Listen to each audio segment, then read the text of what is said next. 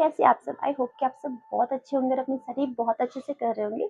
So this is me Ribha Yadav and welcome to erudite class. So in this video we try to understand about sustainable development goal and कौन-कौन से development goal है जो हमें क्या achieve करने हैं और इनके एक ऑर्डर में हम इनको याद करने की कोशिश करेंगे इस वीडियो में। ठीक है, तो देखिए सस्टेनेबल डेवलपमेंट गोल क्या होता है। तो इससे पहले हम ना रिसोर्स की बात कर लेते हैं। आपको पता है जो हमारा अर्थ है वही क्या है, गोल्डीलॉक्स जोन में है।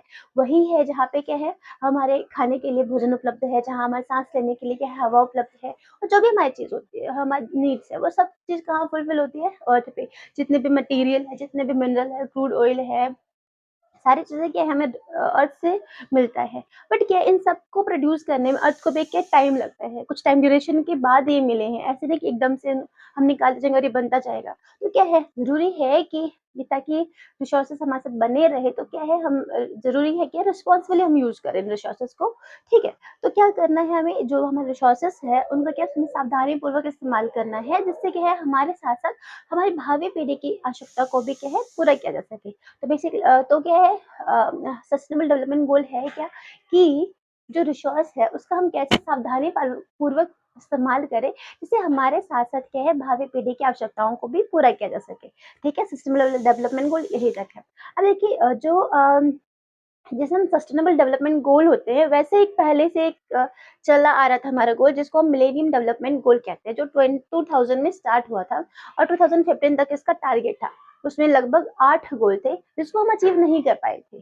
ठीक है, तो फिर 2015 में क्या करा हमने, 20 जो मिलेनियम डेवलपमेंट गोल थे उन गोल्स को प्लस कुछ हमने एडिशनल कंसर्न हमारे सामने है, तो हमने उनको भी जोड़ दिया। और फिर हमने बोला कि भाई ये 17 गोल है, इसको हम नेक्स्ट 15 ईयर्स में मतलब 2015 से 2030 तक इस टारगेट्स को हम पूरा करने की कोशिश करेंगे। ठीक है, तो सस्टेनेबल डेवलपमेंट गोल कब स्टार्ट हुआ, 2015 में, और कब तक के लिए, 2030 के लिए तक के लिए। ठीक, तो जो भी गोल है, जो भी टारगेट्स है, वो क्या हमें अचीव करने हैं। बट ये भी नहीं कोई लीगल फाउंडेशन है हमारे पास कि इन चीजों को हमें अचीव करना ही करना है।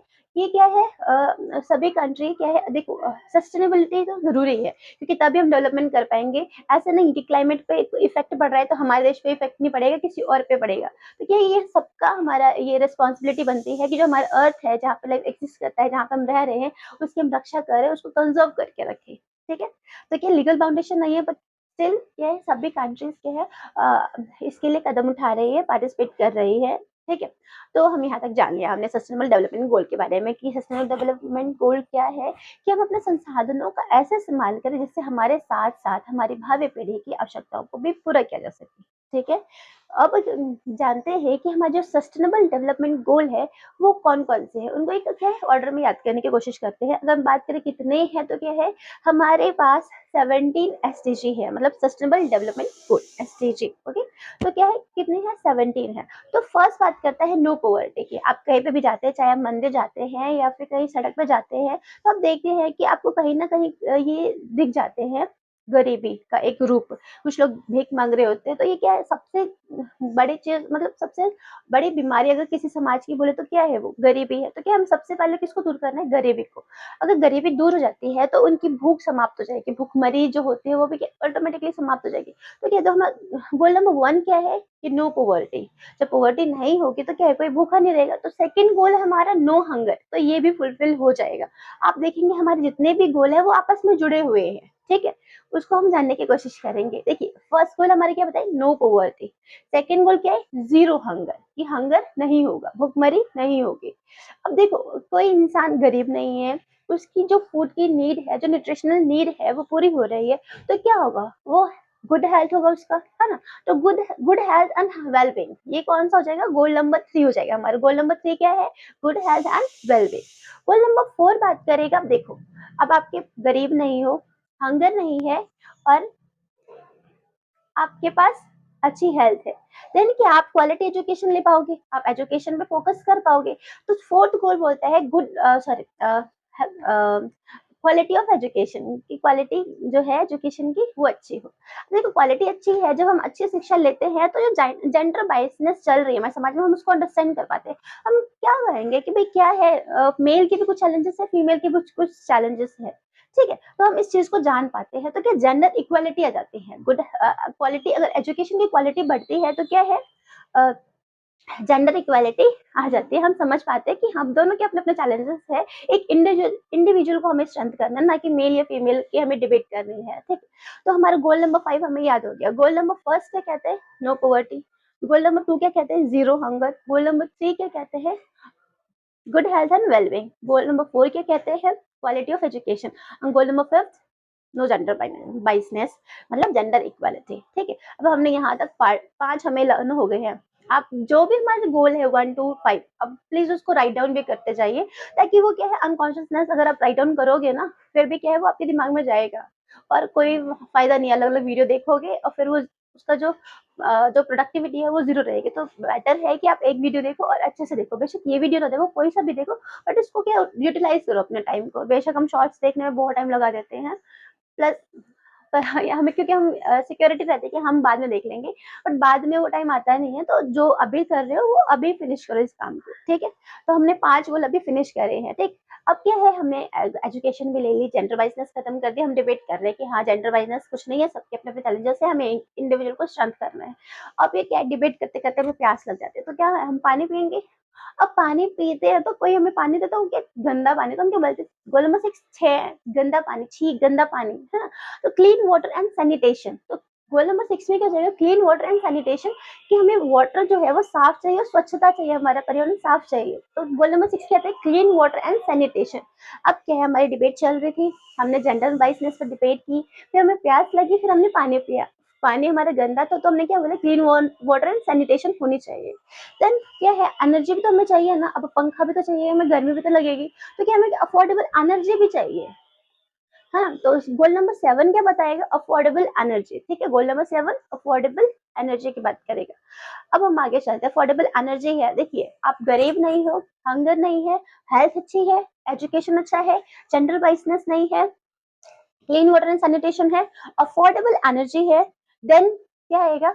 अब सब कुछ है, आपकी नीड्स पूरी हो रही है, तो क्या करोगे? आप अच्छा वर्क करोगे, आपकी इकोनॉमिक की ग्रोथ होगी, आपका डेवलपमेंट होगा। तो गोल नंबर 8 बात करेगा decent work and economic growth की बात करेगा। ठीक है, decent work and economic growth ultimately है ना कि भाई आपकी एनर्जी मिल रहा है, पानी मिल रहा है, तो क्या करोगे? आप अच्छा काम करोगे, जिससे क्या ग्रोथ होगी आपकी। तो decent work and economic growth, goal number 8 हमने कर लिया। 9 पे चलते हैं। गोल नंबर 9 क्या कहता है हमें? 9 क्या कहेगा? इन अब देखो क्या है, हम इंडस्ट्री, देखो 9 से याद रखना इनोवेशन। ठीक है, अब इकोनॉमिक डेवलपमेंट हो रहा है तो क्या करेंगे? इंडस्ट्री डेवलपमेंट होगी, इनोवेशन होगा, और क्या होगा? इंफ्रास्ट्रक्चर डेवलपमेंट होने लग जाएंगे। तो गोल नंबर 9 से क्या आ गया? Industry, innovation and infrastructure. ठीक है, ये हमारे 9 हो गए। ठीक है, अब 10। अब क्योंकि देखो इंडस्ट्री डेवलपमेंट हुआ है, इंफ्रास्ट्रक्चर डेवलपमेंट हुआ है, तो क्या है जो हम बोलते हैं कि इनइक्वालिटी है वो क्या खत्म हो जाएगी? गोल नंबर 10 पे जाके क्या हो जाएगा? इनइक्वालिटी खत्म हो जाएगी। 10 पे बस हो जाएगी क्या? इनइक्वालिटी। तो गोल नंबर 10 पे क्या हुआ? इनइक्वालिटी खत्म हुई, तो क्या हुआ? 10 पे बस हुआ क्या? इनइक्वालिटी। तो क्या है, समाज में क्या होगी? इक्वालिटी बढ़ेगा। तो ठीक है, चाहे वो किसी भी आधार पर हो, चाहे, और हमारे प्रेम्बल में हमें फंडामेंटल राइट में भी कहा गया है, हमारा जो कॉन्स्टिट्यूशन है उसका फंडामेंटल राइट में कहा गया है कि कोई भी व्यक्ति किसी भी व्यक्ति के साथ उसकी जाति, जन्म स्थान, रंग, जाति आदि के आधार पर क्या है, कोई प्रकार किसी भी प्रकार का भेदभाव नहीं करेगा। ठीक है, सॉरी बेटा मेरी आदत है थोड़ी फास्ट बोलने की, अगर आपको ज्यादा फास्ट लग रहा है तो प्लीज उसको आप की स्पीड कम कर सकते हैं, बट मैं कोशिश करूंगी कि मैं धीरे धीरे बोलूँ। ठीक, तो अब तक हमने कहाँ तक कर लिया? 10 तक कर लिया है। ठीक है, तो हमारे पास अभी 7 और गोल है। तो देखिए अब 11 बनाइए एक बार। 11 कुछ ऐसा बनेगा, ऐसा मतलब सड़क के जैसा नहीं दिख रहा आपको? तो ये सड़क कहाँ जा रही है? सिटीज की ओर, कम्युनिटीज की ओर। तो क्या है? सस्टेनेबल सिटीज एंड कम्युनिटीज की ओर। ये गोल नंबर 11 है, बिल्कुल सड़क की तरफ। कहाँ जा रही है ये सड़क? कहाँ जा रही है? सस्टेनेबल सिटीज एंड कम्युनिटीज की ओर। अब गोल नंबर 10, अब देखो अब हम इंडस्ट्री कर रहे, इनोवेशन कर रहे, सड़क बना रहे, सड़क बनाएंगे तो क्या हमें जो पेड़ रास्ते में आ रहे होंगे उनको हमने काटा होगा, है ना। तो हम बनाए जा रहे, काटे जा रहे, तो फिर कोई है रुको रुको रुको, इतना क्या कर रहे हो?